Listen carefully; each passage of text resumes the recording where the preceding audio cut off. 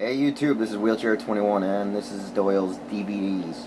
And in our triumphant return, it is none other than the legendary anime. Anyway, it is the legendary anime Saint Seiya! Well anyways, this is the ADV release, Volume 1 of Saint Seiya, Unleash the Power of the Cosmos.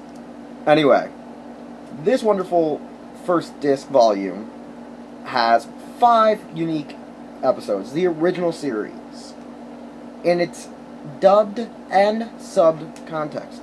Yes, they actually did dub this, and it wasn't done by Deke, who did Knights of the Zodiac. It was actually done by most of ADV Films' dubbers at the time, which eventually became a lot of heavily known Funimation dubbers. Stuff you may recognize them from is more or less likely Air Gear, which was an ADV thing that was bought out. Some of these guys worked on the Bio-Boosted Armor The Guyver, 2005 anime, and several miscellaneous ones. Seiya is played by the guy who plays Shido in High School of the Dead.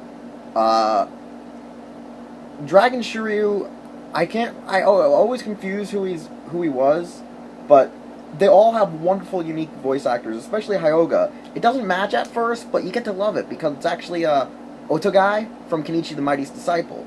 But the bad part about it is, it only introduces us to really 3 of the original 5 Bronze Cloth Saints, where Andromeda Shun barely has much to say or do whatsoever. Anyways, the 5 disc DVDs, pretty much like I said, has the first 5 episodes, and covers pretty much the introduction of Seiya, Cygnus Hyoga, and Dragon Shiryu. In our first 2 episodes, it's pretty much just the involvement of Seiya becoming Pegasus, being a part of the Galaxian Wars, and then eventually finding out how he has to participate in the Galaxian Wars, and also having his rivalry renewed with Unicorn Jabu, who is actually Vic Mignogna in the dub cast. In episode 3, you meet Cygnus Hyoga, who is pretty badass, pretty bitchin', but is always crying about his dead and frozen mother. In episode 4 and 5, there is the amazing duel between Seiya and Shiryu, where literally Seiya kills pretty much Shiryu, but then brings him back with a vital CPR punch to the back of the chest, which just puts him back to life. But if you really don't want any spoilers on how it was all possible with just one punch to bring him back to life, I honestly say check it out. If you do know how it happens, then obviously know he's from the Land of the 5 Peaks, where he did his training to become the Dragon Saint, and has the dragon tattoo, where one of its claws over the heart, meaning it is the weakness, and it's also the strength of how you can revive him. Very well, I will say that the subs are on par. They are just wonderful subs when watching in its original Japanese context, where you have Amuro Ray as freaking Seiya. But I will say, I like both.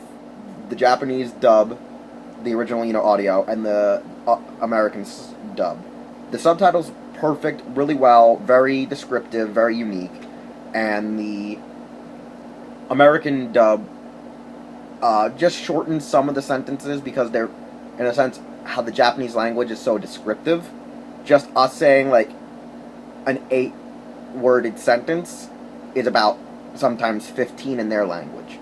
And it's understandable why it's easily cut down. Since this is not heavily censored like the Knights of the Zodiac dub, this is really worth the purchase of like $5 to $10 just for one disc, or if you can get a complete collection of all 60 episodes. The problem is, the original anime had like 74 or 79, but the biggest issue was ADV went under and could not finish the series, which is a shame, because honestly, I am literally like picking up these DVD volumes left and right, and just in love with the series again, because I've watched it as Knights of the Zodiac and enjoyed it for part of my childhood, and I'm also watching it yet again the second time through with actual correct subs, unlike all those foreign fan subbers out there, which are mostly Malaysians, Asians themselves, Hong Kong, and Latin America.